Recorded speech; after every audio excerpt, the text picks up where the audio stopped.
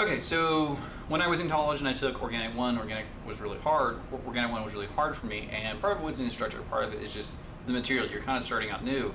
And Organic 2 I found inherently to be easier. Again, different instructor, but I also thought a lot of Organic 2 was just Carbonyl Chemistry, and it's things attacking carbon-oxygen double bonds. And the more I teach the course, the more I begin to see patterns. And I think this is an important thing when you teach Organic Chemistry, is that there are ways people try to explain it, and I think in a lot of cases people explain it a certain way because that's just how it was explained to them, but it's not really how they understand the material. And so a hard part of being a teacher is you see the answer, you can get predicted success. How do you slow yourself down and see the thought process?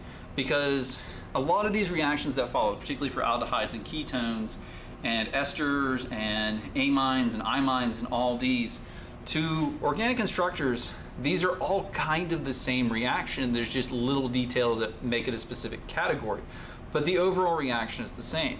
So really, I don't have to memorize a whole bunch of different reactions in isolation. I don't have to memorize reactions of esters, reactions of ketones or aldehydes, because they all behave the same way to me.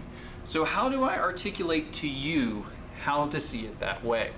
And I talked about in an earlier video the idea of carbonyl chemistry, and that what it always is something with a lone pair attacking this carbon-oxygen double bond, and X attaches, we get an alkoxide, and then from there, depending on what the R groups are, will dictate the next step. So it's just little devils in the details.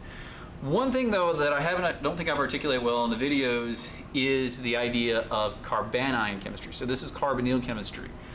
And Carbanion chemistry for me is what's happening when you're generating a carbanion, but there's different ways we can generate a carbanion. So one is the synthesis of an organometallic reagent. So this is your organolithiums, organocuprates, Grignard reagents. All of these generate a carbon with a lone pair with a negative charge. But another way we can do this is if we take an aldehyde or a ketone and we have an alpha carbon. And the alpha carbon is acidic because of resonance stabilization, and we end up generating another carbanion.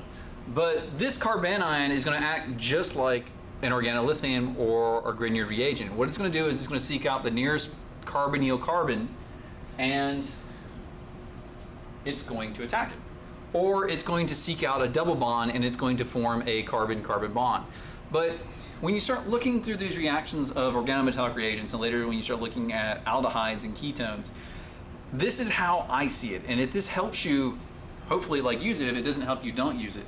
But for me, a lot of these reactions are just forming a lone pair on carbon and using it to form a carbon-carbon bond which can't be broken. And then this lone pair kind of moves along. So for the Michael reaction, what's ending up happening here is that we end up generating a carbanion that attacks the double bond. Because it's so sterically hindered, it only attacks the end of the double bond, and we acidify to form an alkane. And again, you can look at the future videos where I talk about this. But for me, again, these are all just the same reaction. This is no different to me than if this were MgBr or this was a organolithium.